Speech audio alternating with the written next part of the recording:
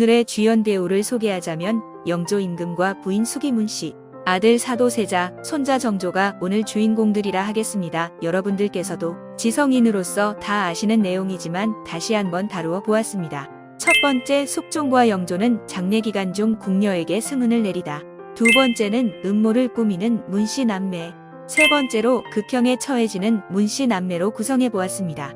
창덕궁 서측 담장과 북촌 사이로 난 창덕궁 길을 따라 안쪽으로 계속 가게 되면 막다른 골목길에 창덕궁 신선원전의 외산문이 나옵니다. 이곳은 창덕궁 신선원전의 외산문 우측 궁장 아래로 흐르는 소하천에 마련된 빨래터입니다.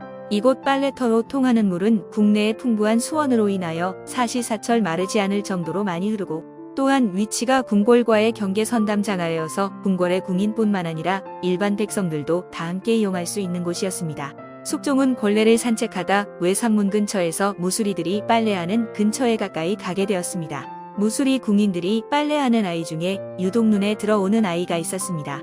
그 여인에게 그날 밤 승은을 내려줍니다. 그 아이가 연인군 나중에 왕에 등극하는데 장수의 대명 사형조입니다. 생모가 무수리 출신이다 보니 직계비속인지라 곱지 않은 시선을 극복하기 위해 피나는 공부를 통해 52년간의 권좌에 앉아 나라를 다스리게 됩니다. 영조도 아버지 피를 이어받은 걸까요? 왕자 시절 어머니 인원왕후 장례 기간에 첩실을 들여 자식을 낳으니 임금의 벼락 같은 꾸중을 듣게 됩니다.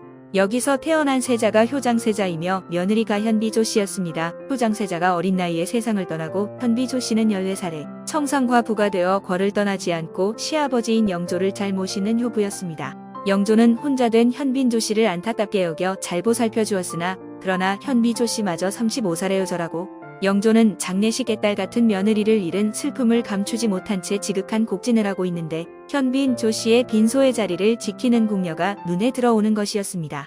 조선의 법도상 장례 기간에 여인을 취해서 첩을 삼는 것은 수치스러운 일이었지만 영조는 아랑곳하지 않고 그날 밤 또다시 승은을 내리게 됩니다.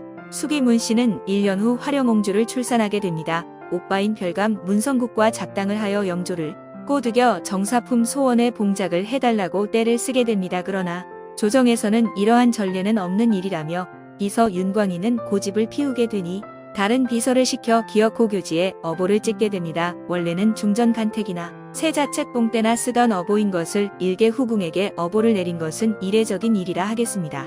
두 번째로 음모를 꾸미는 문씨 남매입니다. 곧이어 또다시 회임이라는 징조를 보이자 두 번째 임신에 성공한 수계문씨는 만약에 왕자를 생산한다면 자기 아들이 세자 자리에 오를 수도 있다는 꿈도 꾸어보게 됩니다. 왜냐하면 지금 영조와 영빈이씨 사이에 사도세자가 있고 원손이 정조가 있으나 영조와 사도세자 간의 불화가 계속되고 있으므로 여기서 조금만 불씨를 키우게 되면 피치 못할 대제를 지어 사도세자가 폐서인이 된다고 하면 원손인 어린 정조마저 폐세자의 아들이 되므로 가능성을 점치고 있는 상황에서 욕심을 가지지 말라는 법은 없었습니다. 이때 꿈에 부풀은 수기문씨 측근들은 활발하게 움직이고 있었습니다. 어머니는 중이었다가 딸이 옹주를 낳았다고 하니 환속하여 사가로 내려왔으며 만약에 두 번째 출산에 옹주가 나온다면 궁궐 밖의 민가에 양인의 아들을 대기시켰다 바꿔치기 한다는 기괴한 소문이 떠돌았으며 권례에서는 문씨에 대한 인식이 좋은 편은 아니었습니다. 영조는 아직도 눈에 콩깍지가 씌어 문씨에게 무한한 애정을 쏟게 됩니다. 수계문씨는 영조의 총애를 얻고 있는 마당에 기고만장하였습니다. 어느 날은 사도세자의 어머니 영빈이 씨에게 대들었다가 왕실 최고 어른인 대왕대비인 인원왕후의 노여움을 사 회초리로 종아리를 사도세자와 궁녀들이 보는 앞에서 맞는 일도 있었습니다. 종아리에서 피가 나도록 맞은 것을 본 영조는 화가 나 대왕대비 전에 가서 엄포를 놓게 됩니다. 인원왕후에게 저는 왕노릇을 못해 먹겠습니다. 인원왕후는 그렇게 하시오 했던 것입니다. 이것을 그대로 받아들여 양의를 진행했다가는 반역죄로 궁궐이 피바다가 될 수도 있던 상황이 돼버린 것입니다. 그렇게 되면은 사도세자는 반역의 주동자가 되므로 죽음을 면치 못할 것입니다. 이렇게 되자 사도세자는 눈보라가 치는 한겨울의 경희궁 앞마당에서 머리를 찧어박으며 몇 날 며칠을 석고대죄하게 됩니다. 이런 상황을 수습하고자 인원왕후는 내가 나이를 먹더니 귀가 어두워 잘못 들었나 보하며 이렇게 양의쇼는 일단락지으며 사도세자를 끼고 살았던 인현왕후는 거처를 옮기며 기싸움은 끝이 나게 되었습니다. 정조를 하늘에서 내리기 위함일까요? 문녀는 왕자가 아닌 옹주를 낳게 되므로 모든 것이 물거품이 되고 맙니다. 한낱 신락 같은 희망이 남아서일까요? 영조 17년 1771년 문씨를 종이품에 기어이 올려놓고 맙니다.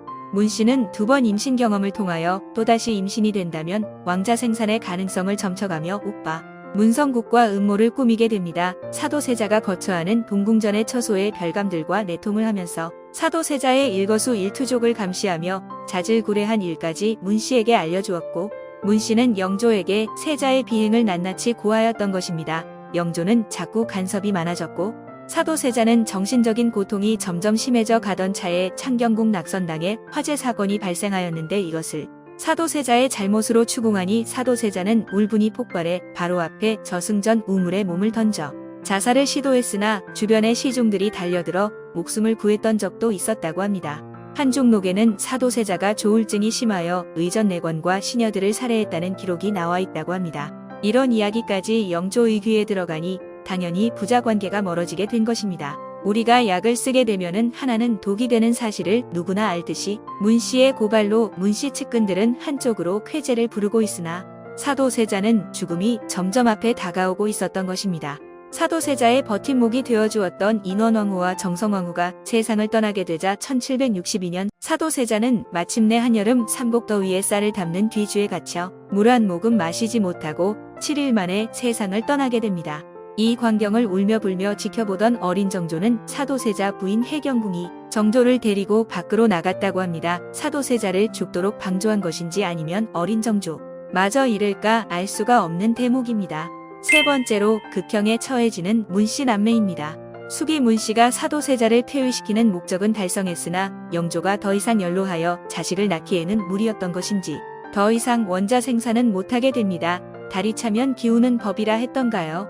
영조가 붕어하자 정조가 왕위에 등극하게 됩니다. 부귀 영화를 누리던 숙이 문씨 남매는 아버지인 사도세자를 죽음으로 내몰은 이들의 죄상을 죄다 까발리기 시작합니다. 창경궁 낙선당화제도 사도세자에게 뒤집어 씌운 것부터 시작해서 연루된 죄인들을 잡아들이기 시작했습니다.